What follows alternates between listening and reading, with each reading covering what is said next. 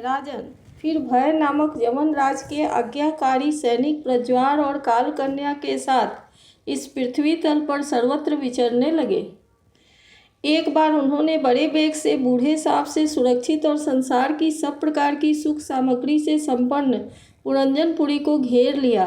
तब जिसके चंगुल में फंसकर पुरुष शीघ्र ही निस्सार हो जाता है, वह काल कन्या बलात् उस पुरी की प्रजा को भोगने लगी। उस समय वे यवन भी काल कन्या के द्वारा भोगी जाती हुई उस पुरी में चारों ओर से भिन्न भिन्न द्वारों से घुसकर उसका विध्वंस करने लगे। पुरी के इस प्रकार पीड़ित किए जाने पर उसके स्वामित्व का अभिमान रखने वाले तथा ममताग्रस्त बहुकुटुंबी राजा पुरंजन को भी नाना प्रकार के क्लेश सताने लगे। काल कन्या के आलिंगन करने से उसकी सारी श्री नष्ट हो गई तथा अत्यंत विषयासक्त होने के कारण वह बहुत दीन हो गया। उसकी विवेक शक्ति नष्ट हो गई। गंधर्व और यवनों ने बलात् उसका सारा ऐश्वर्य लूट लिया। उसने देखा कि सारा नगर नष्ट भ्रष्ट हो गया है। पुत्र पौत्र भृत्य अमात्य वर्ग प्रतिकूल होकर अनादर करने लगे हैं। स्त्री स्नेह शून्य हो गई है और देह को काल कन्या ने वश में कर रखा है और पांचाल देश शत्रुओं के हाथ में पड़कर भ्रष्ट हो गया है। यह सब देखकर राजा पुरंजन अपार चिंता में डूब गया और उसे उस विपत्ति का छुटकारा पाने का कोई उपाय दिखाई न दिया। काल कन्या ने जिन्हें निसार कर दिया था, उन्हीं भोगों की लालसा से वह दीन था। अपनी पारलौकिक की गति और बंधुजनों के स्नेह से वंचित रहकर उसका चित्त केवल स्त्री और पुत्र के लालन पालन में ही लगा हुआ था। ऐसी अवस्था में उनसे बिछुड़ने की इच्छा न होने पर भी उसे अपने उस पुरी को छोड़ने के लिए बाध्य होना पड़ा, क्योंकि उसे गंधर्व और यवनों ने घेर रखा था। काल कन्या ने कुचल दिया। इतने में ही यवनराज भय के बड़े भाई प्रज्वार ने अपने भाई का प्रिय करने के लिए उस सारी पुरी में आग लगा दी। जब वह नगरी जलने लगी तब पूर्ववासी सेवक वृंद, संतान वर्ग और कुटुंब की स्वामिनी के सहित कुटुंब वत्सल पुरंजन को बड़ा दुख हुआ। नगर को काल कन्या के हाथ में पड़ा देख उसकी रक्षा करने वाले सर्प को भी बड़ी पीड़ा हुई, क्योंकि उसके निवास स्थान पर भी यवनों ने अधिकार कर लिया था और प्रज्वार उस पर भी आक्रमण कर रहा था।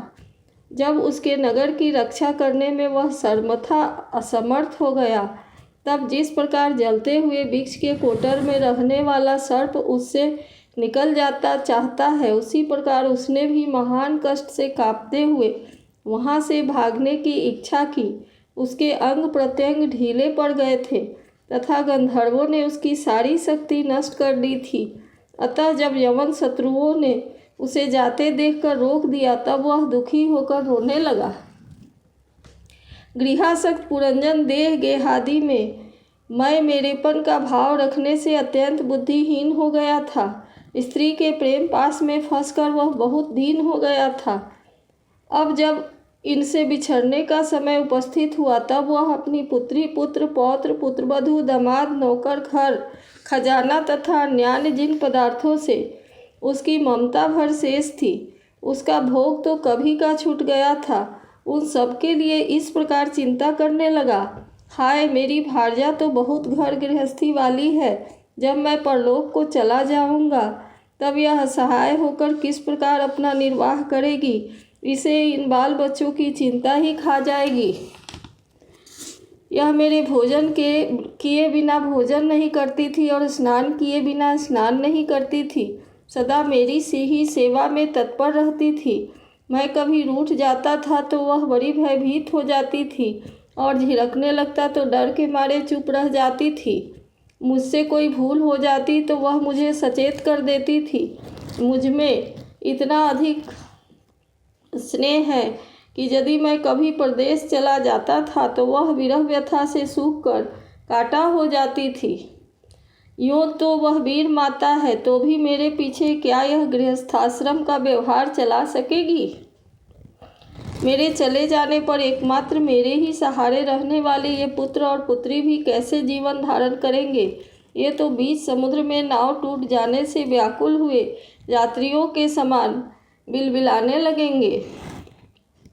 यद्यपि ज्ञान दृष्टि से उसे शोक करना उचित न था, फिर भी अज्ञानवश राजा पुरंजन इस प्रकार दीन बुद्धि से अपने स्त्री पुत्रादि के लिए शोकाकुल हो रहा था। इसी समय उसे पकड़ने के लिए वहां भय नामक जवनराज भी आ धमका। जब जवन लोग उसे पशु के समान बांधकर अपने स्थान को ले चले, तब उसके अनुचरगण अत्यंत आतुर और शोकाकुल होकर उसके साथ हो लिए। यवनों द्वारा रोका हुआ सर्प भी उस पुरी को छोड़कर इन सबके साथ ही चल दिया। उसके जाते ही सारा नगर छिन्न भिन्न होकर अपने कारण में लीन हो गया। इस प्रकार महाबली जवनराज के बलपूर्वक खींचने पर भी राजा पुरंजन ने अज्ञानवश अपने हितैषी एवं पुराने मित्र अभिज्ञात का स्मरण नहीं किया। उस निर्दय राजा ने जिन यज्ञ पशुओं की बलि दी थी, वे उसकी दी हुई पीड़ा को याद करके उसे क्रोधपूर्वक कुठारों से काटने लगे। वह वर्षों तक विवेकहीन अवस्था में अपार अंधकार में पड़ा निरंतर कष्ट भोगता रहा। स्त्री की आसक्ति से उसकी यह दुर्गति हुई थी। अंत समय में भी पुरंजन को उसी का चिंतन बना हुआ था, इसलिए दूसरे जन्म में वह नृपश्रेष्ठ विदर्भराज के यहाँ सुंदरी कन्या होकर उत्पन्न हुआ। जब वह विदर्भ नंदिनी विवाह योग्य हुई, तब विदर्भराज ने घोषित कर दिया कि इसे सर्वश्रेष्ठ पराक्रमी वीर ही ब्याह सकेगा। तब शत्रुओं के नगरों को जीतने वाले पांड्य नरेश महाराज मलयध्वज ने समर भूमि में समस्त राजाओं को जीतकर उसके साथ विवाह किया। उससे महाराज मलयध्वज ने एक श्यामलोचना कन्या और उससे छोटे 7 पुत्र उत्पन्न किए, जो आगे चलकर द्रविड़ देश के 7 राजा हुए। राजन, फिर उनमें से प्रत्येक पुत्र के बहुत बहुत पुत्र उत्पन्न हुए, जिनके वंशधर इस पृथ्वी को मनवंतर तक अंत तक तथा उसके बाद भी भोगेंगे। राजा मलयध्वज की पहली पुत्री बड़ी व्रतशीला थी। उसके साथ अगस्त ऋषि का विवाह हुआ। उससे उसके दृढ़च्युत नाम का पुत्र हुआ और दृढ़च्युत के साथ इद्मवाह हुआ। अंत में राजर्षि मलयध्वज पृथ्वी को पुत्रों में बांटकर भगवान श्री कृष्ण की आराधना करने की इच्छा से मलय पर्वत पर चले गए। उस समय चंद्रिका जिस प्रकार चंद्रदेव का अनुसरण करती है, उसी प्रकार मत्तलोचना वैदर्भी ने अपने घर, पुत्र और समस्त भोगों को तिलांजलि दे पांड्य नरेश का अनुगमन किया। वहाँ चंद्रवसा, ताम्रपर्णी और बटोदर का नाम की 3 नदियाँ थीं। उनके पवित्र जल में स्नान कर वह प्रतिदिन अपने शरीर और अंतःकरण को निर्मल करते थे। वहाँ रहकर उन्होंने कंद, बीज, मूल, फल, पुष्प, पत्ते, तृण और जल से ही निर्वाह करते हुए बड़ा कठोर तप किया। इससे धीरे धीरे उनका शरीर बहुत सूख गया। महाराज मलयध्वज ने सर्वत्र समदृष्टि रखकर शीत, उष्ण, वर्षा, वायु, भूख, प्यास, प्रिय अप्रिय और सुख दुख आदि सभी द्वंद्वों को जीत लिया। तप और उपासना से वासनाओं को निर्मूल कर तथा यम नियमादि के द्वारा इंद्रिय, प्राण और मन को वश करके वे आत्मा में ब्रह्म भावना करने लगे। इस प्रकार 100 दिव्य वर्षों तक स्थानों के समान निश्चल भाव से एक ही स्थान पर बैठे रहे। भगवान वासुदेव में सुदृढ़ प्रेम हो जाने के कारण इतने समय तक उन्हें शरीर आदि का भी भान न हुआ। राजन, गुरु स्वरूप साक्षात श्री हरि के उपदेश किए हुए तथा अपने अंतःकरण में सब और स्फुरित होने वाले विशुद्ध विज्ञानपदी दीपक से उन्होंने देखा कि अंतःकरण की वृत्ति का प्रकाशक आत्मा स्वप्नावस्था की भांति देहादि समस्त उपाधियों में व्याप्त तथा उससे पृथक भी है। ऐसा अनुभव करके वे सब ओर से उदासीन हो गए।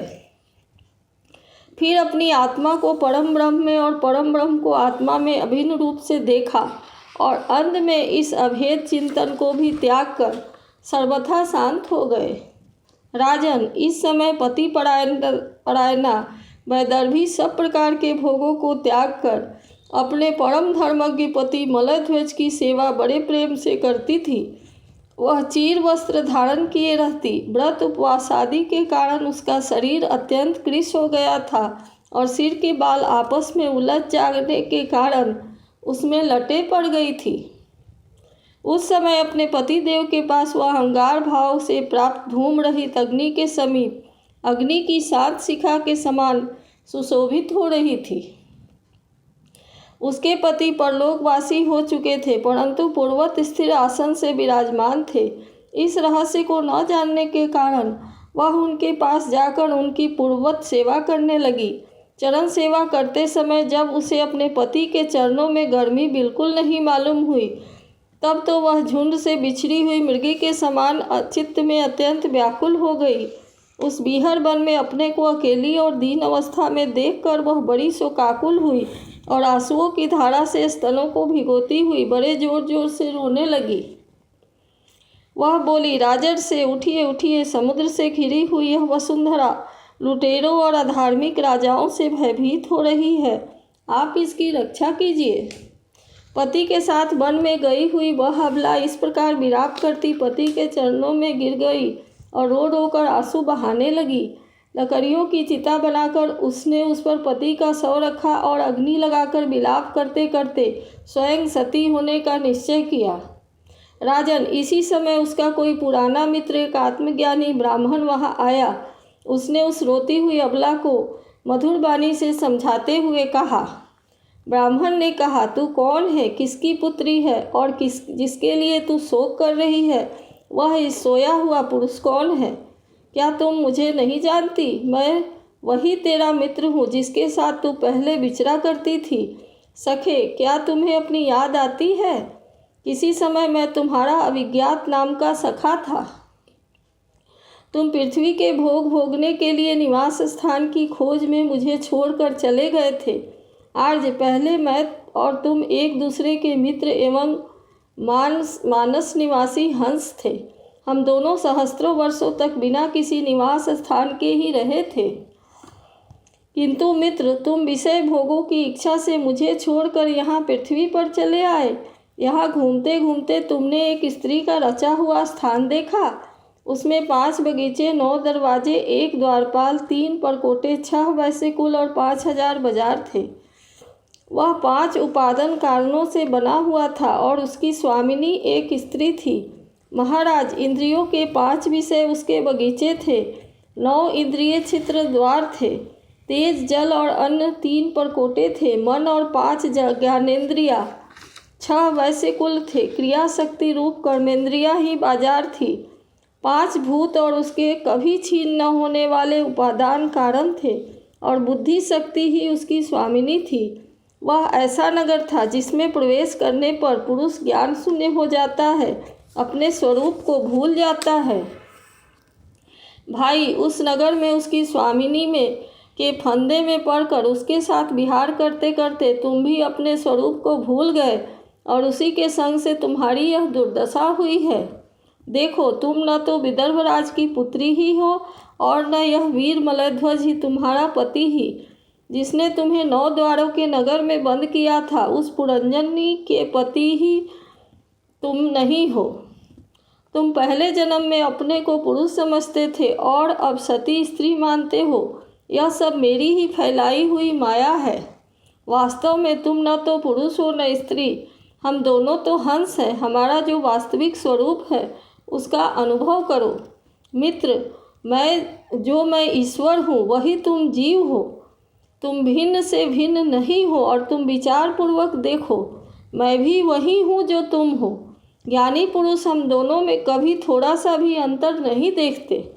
जैसे एक पुरुष अपने शरीर की परछाई को शीशे में और किसी व्यक्ति के नेत्र में भिन्न भिन्न रूप से देखता है, वैसे ही एक ही आत्मा विद्या और अविद्या की उपाधि के भेद से अपने को ईश्वर और जीव के रूप में 2 प्रकार से देख रहा है। इस प्रकार जब हंस ईश्वर ने उसे सावधान किया, तब वह मानसरोवर का हंस जीव अपने स्वरूप में स्थित हो गया और उसे अपने मित्र के बिछोह से भूला हुआ आत्मज्ञान भी फिर से प्राप्त हो गया। प्राचीन बरही, मैंने तुम्हें परोक्ष रूप से यह आत्मज्ञान का दिग्दर्शन कराया है, क्योंकि जगतकर्ता जगदीश्वर को परोक्ष वर्णन ही अधिक प्रिय है।